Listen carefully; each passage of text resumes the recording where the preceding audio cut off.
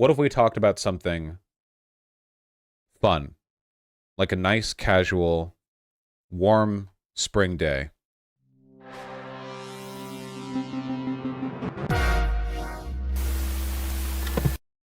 Unprecedented heat wave across the Indian subcontinent and Southeast Asia. The whole region's turned to a raging inferno.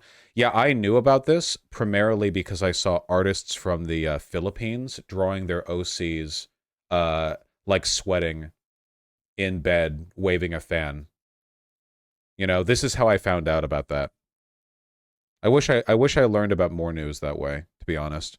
Yeah, this is pretty bad. Nepal 42 degrees. Oh my god. Myanmar 45. Let me just bust out my American units calculator for just a moment, if I may. 45 degrees Celsius in real units.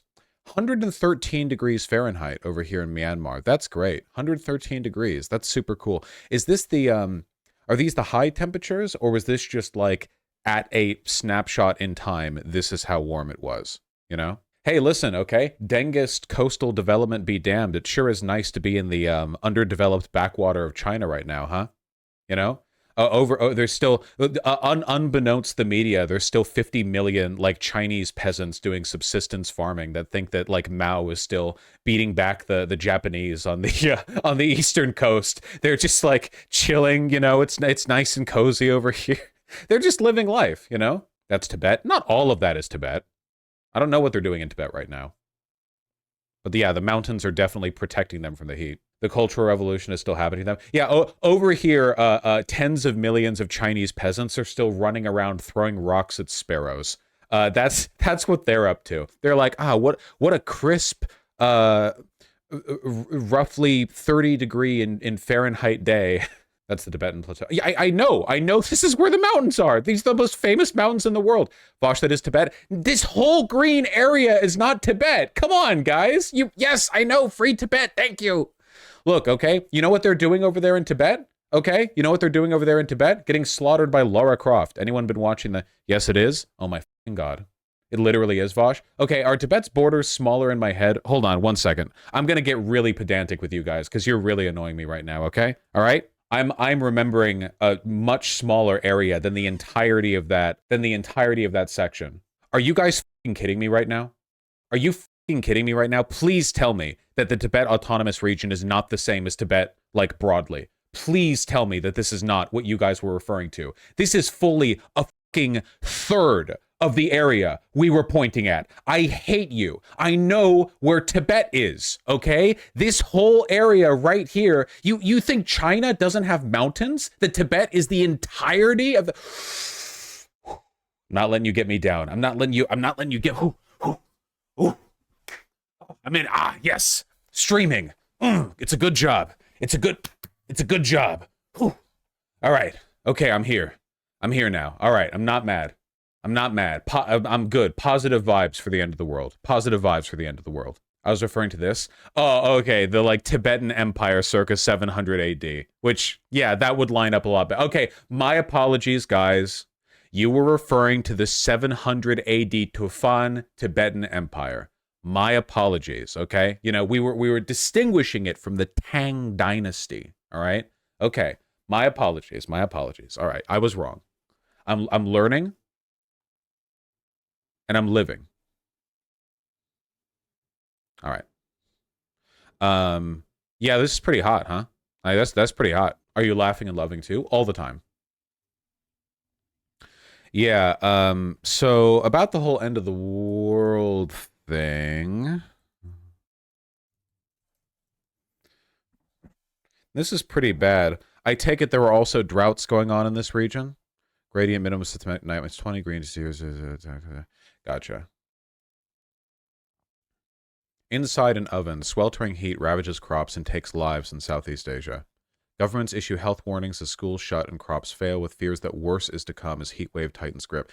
Man, it really is awesome how the West got to enjoy all the benefits of industrialization like a little bit earlier. So we get to be fully industrialized at the expense of the planet, and now the least industrialized parts of the world get to suffer for it. You know, that's pretty cool. I mean, in fairness, this isn't just the least industrialized parts of the world, right? Like, this is pretty much all of Southeast Asia. This is like 3 billion people. Guys, this is almost half of the population of the planet. Indonesia, the Philippines, the populated regions of China, India. This is like, this is like, yeah, like half the world right here. Probably more than half. Yeah, probably is, honestly. Most of them don't even have air conditioning. Yeah. Both the Philippines and Bangladesh shut schools due to an unbearable heat wave. Last month, while governments across the region have issued health warnings, in Thailand, at least 30 people have died from heat stroke since the start of the year. Jesus Christ. Hold on one second. Just had to respond to something. There we go. It's pretty bad. The amount of suffering is kind of unimaginable. Yeah, it kind of is. Bangladesh experienced its hottest April ever recorded, with daily maximum temperatures between 2 degrees and 8 degrees Celsius hotter than the 33.2 degree Celsius average daily high for the month. Cool. In Myanmar, 48.2 degrees Celsius was reached in the town of Chuk in central Magway region, the hottest April temperature since records began. Cool. Go up a paragraph. Oh, how could I miss the extreme weather has seen durian fruit burst on trees in Thailand, destroying rice crops, causing eggs to shrink, according to local media. The heat has been cited as a factor that led to an ammunition blast in Cambodia that killed 20 soldiers at an army base last weekend. Jesus Christ. In Vietnam, 102 weather stations reported record highs. Can somebody find me that website where it tracks the, like, ocean temperature per year on average over the world, and then you see, like, in 2023 it was way higher than every other, and the spike at the beginning of 2024 was even higher than that? Can somebody find that site for me? Can we set off a volcano to reduce global temperatures? I mean, you joke, but we're almost certainly going to be doing geoengineering to solve this. The global economy can't really survive this at its continuing rate of worsening, you know? It can't really... yeah, this one right here, but I want, like, a new one, because this is from May 2023. See? The black line is the mean, and then this dark orange is 2022, and then this dark red is 2023, but I want, like, the active ongoing one. This one? Sea surface temperature? No, it's formatted like the one we're looking at right here. ClimateReanalyzer.org seems to be where it's from. So if somebody could find that. Oh, there we go. Yeah, that'll do. Thank you. Whoo boy. You know,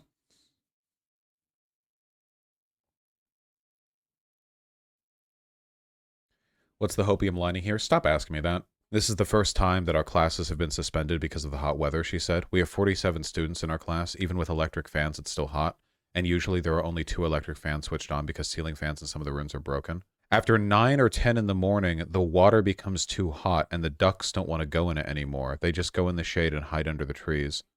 Jesus. In normal weather, 80 to 90% of young ducks will lay eggs, but now when it's so hot, it's down to 60% or even down to 50%. Yeah, I mean, a lot of these areas are going to be hitting the wet bulb temperature. I mean, they are hitting the wet bulb temperature. It's, you know, it's not just the mass deaths either. It's just that, like, everything shuts down when things get this bad. I don't even know. There's not even anything you can really do about it. There's no human technology that's capable of, like, powering 4 billion people through that. That's just not something we have. What's the wet bulb temperature? The wet bulb temperature is the point where you can no longer really sweat, and it and then you die. We need a new term for wet bulb temperature that implies how dangerous it is. Yeah, it's like a scientific term that's being applied. That you know, we're talking about, like, human safety, basically. Sweating is the mechanism that you use to cool down because you sweat and then the water evaporates and takes heat from your skin with it. But if the heat is too high or the humidity is too high or some combination of them, sweating no longer really works anymore, and you reach the wet bulb temperature, and you can't lose weight. You can't lose temperature anymore, basically. So you just, like, you're on, like, a like path to being cooked there. Millions of students across the Philippines ordered to stay home. Millions switching to online lessons. At least we have the infrastructure for that. Cold showers for the win. Yeah, but a lot of these people can't even take cold showers, right? a lot of their like think of where that water is coming from, you know? The water staying cold would mean that it would have to be pretty deep underground and not be subject to that warmth. And that's not always the case. Like sometimes the water that they pull it from water's underground. Not always. It depends on where it's stored, you know? Sometimes there's like a, you know, minimum temp that you can get that water down to, and it's not even that high. Do you think there's tech that can be invented to reverse this? Well, we can do geoengineering. Most countries use water towers. Yeah, it really depends on the area, you know, and where it's stored. It's still infinitely easier to do than making colonies on Mars. Oh, well, yeah, we could do we have the tech for geoengineering if we want to. Like we don't even need like modern tech that much, you know. We could, you know, it's pretty easy to do if you wanted to. How does it work? We spray shit into the sky that reflects a portion of the sun's light back, and we reduce the amount of light that hits the Earth, thereby reducing the total heat in the system. Good luck, kid, with your frozen shorts or swim trunks or whatever. Why aren't we doing that already? Because it doesn't actually fix the issue with the greenhouse gases that trap heat. So if you start, first of all, like there are we're talking like planet altering technology here, you know?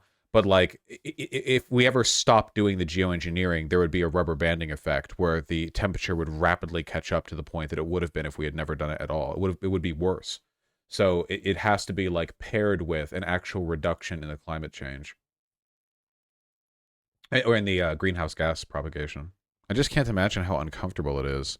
This sounds like a weird sort of point to pull to as well, but you guys should think about stuff like this when you talk about, or when you think about the arguments that racists make about civilizational development or technology or IQ or anything else. Can you imagine like how difficult it would be, and on any individual level, to excel in an environment where it's so uncomfortably hot? Like to begin with, like let alone everything else, right? But like I can't imagine it does very much for like the students doing their schoolwork or anything like that, you know? And it's like so much of this is environmental that, you know, we're worsening. Oh, hello. Yeah, 100 degrees with no AC, now learn math. Exactly. I've heard that too, BB Noy, yeah. That we were accidentally doing geoengineering with the chemicals that were in the fuel we burned in boats, and we've stopped doing that. So now things are like heating up very rapidly, you know? Gotta go back. Gotta return. AC is the only reason people still live in Florida. Florida, what about Arizona, you know? Keep in mind, we're just looking at a few news articles here, but we are talking about a heat wave that's affecting like half the population of the planet. So, you know, think of all the news articles that we read on something like, you know, right-wing protester drives car through crowd, and then remember that that's like 200 people were there, and now we're talking about 4 billion people at minimum. So just keep that in mind as we get these little snapshots. Yeah, I remember reading this, I think. We've been accidentally geoengineering the Earth for decades. We have to go back. We have to go back. It turned out the sulfur dioxide being emitted by the ships wasn't simply making air quality worse, it was also seeding low-lying ocean clouds, brightening them and causing them to reflect sunlight away from the planet to cool things down. We need to load artillery with giant reflective particles. We need to fire glitter into the high atmosphere. It's the only way. So we made it worse by using a cleaner burning fuel? Yes. Would bringing back 80s hairspray help? Maybe it would. Who knows? You don't know if you don't try. Can we do cloud seeding on a massive scale? Yes. We could. It's just whether or not we want to. We have better chemicals to do this than sulfur dioxide, Jossie the Lib. We have less destructive chemicals for cloud seeding. You can use seawater for cloud seeding. Yeah, you can, can't you? You just need anything up there in the air, right? If you're firing seawater, you know, what we need to do is build a colossal railgun that just constantly sprays seawater up in the air. That's what we need. Why don't we just make a massive mirror like in Futurama? I mean, that is a proposed idea. It's not impossible either. That is like a doable thing. Yeah, it's called the albedo of the Earth. It's important, and it shrunk because of the ice caps. The ice caps reflected the most amount of light on Earth, and them shrinking us up. Yeah. Like the process is accelerating. Real Engineering has a video on cloud seeding in the space lens. I'm sure he does. He's great. No joke, sailboats with seawater jets could do a lot. Probably, yeah. Is that true, curse these metal hands? They're still cool, though. I just know if we weren't under the whims of corporations and countries actually band together, we could fix this. Well, no, the real issue here is that any effort that we do to seed the clouds is going to have a very strong impact on the water cycle for this planet, which means that invariably, some countries are going to be pretty nervous if they, like, really rely on a specific cycle, for example. Like, if they understand that, you know, any change to it could really f them up. That it's very possible that any changes made could disproportionately affect them negatively. No matter what happens, the West will be fine because we're the West. We have the money and the power. But if you're in like Indonesia and it's like, oh, actually, like it's very possible that the rain season will be changed and you're just going to have like a perma-drought now. You know, you just like the climate of your area might be irreparably changed. Like it's not even like a cycle thing you weather through. It's just like, no, you don't get that anymore. You don't get enough rain to sustain the current like climate over there. So people would be nervous about it. Yeah, or it rains too much, you know, can also happen. Sounds good, doesn't work. Well, no, it could work. It's just, you know, it's spooky is the thing, you know? It could work, but it's spooky. There's a perma drought in central Cali. I grew up in Cali, trust me, I know about it. Yeah, Benjamin, carbon capture technology still seems to be kind of a meme. Unless something like really magical changes about it. I don't know if that's going to be the case. It seems like our bets here are pretty much like reflect a bunch of the sunlight through cloud seeding or yeah, pretty much that, huh? Keir Starmer believes in carbon capture. Of course he does. He's a f***ing stooge for business. And carbon capture is like the technology that least implicates corporations or changes the status quo. Well, anyway, I think we're just doom scrolling at this point. Much as it might be valid given the conditions, you know? Check this out. Carbon recapture plant in Iceland uses geothermal power. It's, yeah, I mean, it's just like this doesn't really... The facility consists of 8 collector containers with an annual capture capacity of 500 tons each. Annual capture capacity of 500 tons. This whole facility, 8 of them. So, what, 4,000 tons per year of carbon captured? It like that's like nothing, you know? That's like yeah, I don't know. I mean, it's all from like geothermal, so I guess it's kind of free, but it's nothing. What do you do with the carbon capture? You like bury it underground or something. You have to like store it too, you know? It's a fucking start at least. Sure. Yeah, it's a start.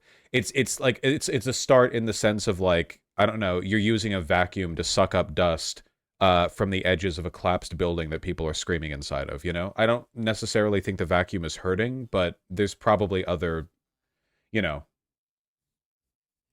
it's probably, you know, unless some magic happens. I just don't know what magic could make this viable, largely because of the storage element of it, you know? I mean, they probably used so much carbon, or sorry, they emitted so much carbon just in producing the facility. Like the concrete needed to build it takes a lot of, emits a lot of carbon dioxide, the steel, you know? Like they probably, you know, it's like you make like an electric car and it's like, okay, maybe this will save this, you know, how much did it take to make the car relative to how much you save? It's mostly an electricity cost. Yeah, but you know, I mean, I guess maybe in Finland a lot of their electricity comes from renewable sources, but that carbon is sold to use in industry, I guess. Storage isn't an issue. There's tons of spaces that you could use for it. It's also essential to get to net zero. The ICCC has no scenarios where we get to net zero without it. I don't know how it's essential to get to net. I just we no technology exists to even remotely scale this to the necessary level. I don't know. Yeah, exactly, Andy. It's just so much. We're dealing with such a scale. Right now it's a scale problem, but massive investment can make a big difference. No, it couldn't. The problem isn't we need more money being put into this. We need a totally different technology doing it. Like whatever this is, running 24/7, using energy, constructing the facility, like it's not just a matter of like, well, we just need a bigger one, you know? It's that like this is fundamentally unviable. This rate of processing, this will never work at scale. You'd be building facilities the size of cities. So we would need some other way of doing it. I don't really know. No, the technology we have needs to increase in efficiency, but it needs to by orders of magnitude, not just like we need to tweak out the efficiency a little bit, but like by enormous amounts. And even then, I don't know what we do with all that stored carbon. The logistics of transporting all that carbon would be massive on its own. Yeah, but that's how solar started. Yeah, but it's different with solar because with solar you're reaching up to a maximum optimal amount of energy per like photon that strikes the voltaic panel, right? Like there you're talking we're not talking orders of magnitude in the same way. Like what this would need this would need to be like 1,000 times more effective. And even then, so what are you going to do with all the stored carbon? Just store it? Well, we can't just store all of that. Turn it into construction bricks? That doesn't okay. They use the carbon to build super materials. They don't need 50 billion tons of carbon to build super material. That's not how it's. Do you know how much energy it would take just transporting all of that, let alone the physical storage space? You know, launch it into the sun with a railgun. Well, that might work. Can we store the collected carbon like we would nuclear waste? Sure, it would just take, you know, we would need like millions of times more space. We have carbon-based materials, it's called wood. Yeah, but stored carbon isn't the same as wood. Pumping it through pipelines, the cheapest form of transportation, is a well-known, reliable technology. There are 5,800 kilometers of CO2 pipelines in the U.S. transporting CO2 to oil production fields where the CO2 is injected to help produce more oil. Oh, well, that's great. That's great for that's a great use case for reducing you know, use the carbon to put extract more oil that then goes back in the atmosphere. CO2 can be stored in two main ways. Deep ocean storage will increase ocean acidification, which is not good. Geological formations are considered the most promising storage sites. Man, like, we're talking millions of tons of CO2, you know? And keep in mind, this CO2 is being stored in gas form. Or geosequestration, a technique. CO2 is converted into a high-pressure liquid-like form known as supercritical CO2 that behaves like a runny liquid. So we're literally just going to, like, inject millions of tons of hyper-compressed climate change gas so deep pressurized that it's like a liquid. What happens if there's an earthquake? Like, unironically, you know? If there's an earthquake that fucks up a nuclear radioactive material storage facility, then it's just, okay, you go down there and fix the cracks, right? Like, it's not like all of the radioactive material like explodes outward and instantly like goes up into the atmosphere or whatever. Unminable coal, which is coal too deep or difficult to mine, can be used to store CO2. Oh, great. Wouldn't that just end up being like the carbon gases being released by pockets in glacial ice? I mean, I just don't think it's like a good long-term strategy. Back in my days, we called carbon capture trees. Yeah, well, that works too. I did my thesis on carbon capture storage. There's enough room for storage for all the CO2 emitted since the Industrial Revolution, and the safety concerns are minimal. Okay, you could be right on that. I just don't buy it. I just genuinely don't think, like, yeah, no problems, we can just store 50 squadrillion tons of hyper-pressurized carbon dioxide. I don't believe that. Maybe. And that doesn't solve the problem of actually getting it out of the atmosphere. But, you know, have you considered diamonds? It's CO2, not just carbon. We can all just hold our breath. That's also true. Hold on. How much power does this take? Orca. Orca carbon capture power drain. Power use. Please tell me this information is publicly available. How many watts? This equates roughly to the emissions from 870 cars. Nice. It doesn't say here. How much energy does it take to run these? Yeah, ENG, but not everything can be powered by geothermal. I still want to know how much energy it takes. The first minute of Adam's video explains why the cost is absurd. Bill Gates is big on this. Well, yeah, which is an argument against it. Hello, Adam something. Carbon capture isn't real. Wait, yes it is. Here in Switzerland, a giant new machine is sucking carbon directly from the air. Developers say the plant will capture about 900 tons of CO2 annually, or the approximate level released from 200 cars. Or how about the world's largest carbon capture plant, Orca in Iceland, designed to filter up to 4,000 tons of CO2 a year. Yes, these projects do exist and they do suck CO2 out of the atmosphere, but carbon capture, as advertised, still isn't real. Let me explain. So the Orca each year captures 4 Vaush, this is Adam something's worst video. He gets everything wrong. This one is much better. Oh, how convenient. And it's a 17-minute video, going beyond my attention span. How convenient. Engineering with Rosie. What did he get wrong? He hasn't said anything like that you could contest yet. From mind control using psychedelic drugs to satellites that could shoot. and at worst, a fig leaf that allows fossil fuel companies cover to continue burning. So let's dive into the world of DAC, how the technology works, who's doing it, and the controversial role of DAC in our mission to combat climate change. Well, let's assume for a minute that DAC is genuinely aimed at offsetting unavoidable emissions only. Then we must ask, is it the best approach? Alternatives exist, such as tree planting, bioenergy with carbon capture, mineral carbonation, and other carbon utilization methods that I've covered on this channel before. And all of those technologies are likely to end up cheaper than direct air capture. The cost of sequestering a ton of CO2 through DAC today is $1,400 US per ton. Jesus. If you do a one-off order through Climeworks website, which as far as I'm aware is the only DAC company allowing purchases of captured CO2 from an existing project today. And if you've got $1,400 to spend per tonne of CO2 abated, there really aren't many sectors that you couldn't decarbonise fully for that. It's throw money at. The hype surrounding DAC right now is strong. A lot of money is being poured into the industry, and a lot of that money comes from companies who have an incentive. That's not comparable, Benjamin. Even the efficiency of solar is about what percentage of the sun's light it can utilize when it hits the photovoltaic panel. The efficiency of this is limited by an actual thermodynamic barrier. It's the same as like desalination, you know? Scrubbing carbon from the air has there is a actual like thermodynamic limit to the efficient. You can't make that 10 times more efficient. It'd be like saying like, you know, bikes aren't efficient enough, we can develop a more efficient bike. And it's like, oh, we can like change the design of the pedals and gear shift so it's 1% more efficient energy-wise. And you're like, no, I want to make it 10 times more efficient. How? You can't make a bike 10 times more efficient. It's not possible. You're at a limit thermodynamically to how like to what can be done there, you know? Stated intention to use DAC to divert attention away from decarbonisation and thereby delay real progress on climate change. DAC isn't a technology for today, it's a technology we need to be ready in 20 years. And in technology adoption timeframes, that is a bloody long time. Think how much our energy technologies have changed since 2003, when only rich hippies had solar panels on their roofs. DAC is on track to be there when we need it, without any need to get involved in greenwashing type projects like enhanced oil recovery or complicated government subsidies for projects that put more CO2 into the atmosphere than they ever took out of it, as has been the case with so many previously subsidized CCS projects.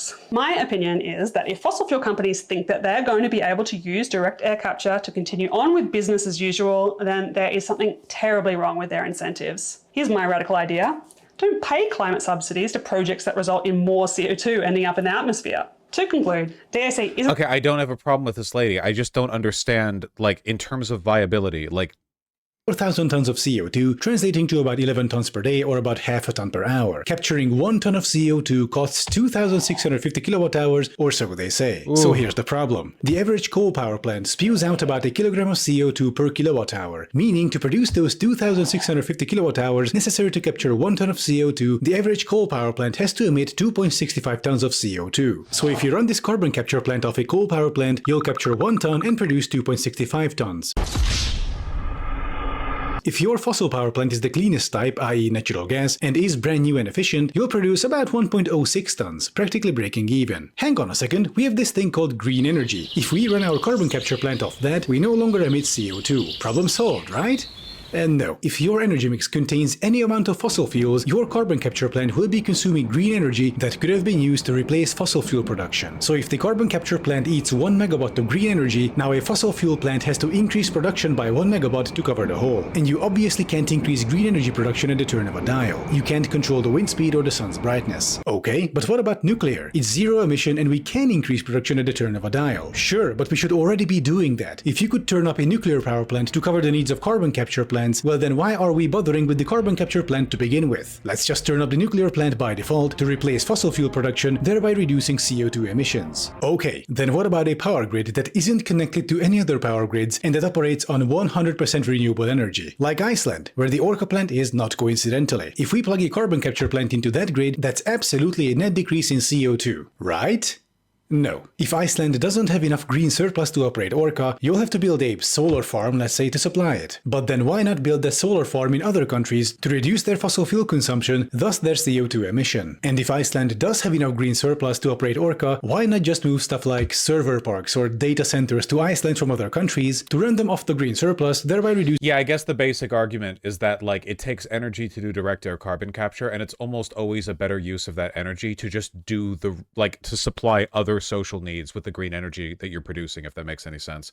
I don't think there's literally no value to it whatsoever. It just seems that, like, in an environment where we're in right now, where we're fighting for every percentage point we can get of green energy being covered, or covering our, like, energy demand, it's almost always going to be, like, a better, like, dollar per use, like, efficiency-wise, to do anything else with it rather than this. I mean, maybe the technology will change, but even then, I still get pretty spooked out by the idea of injecting 50 squadrillion tons of carbon directly into the Earth's crust. I don't know.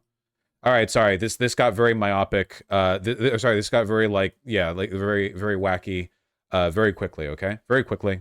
All right, very good. Very good. I can't read, Benjamin, you know this. You're aware of this, okay? I've been very rude. I've been very rude.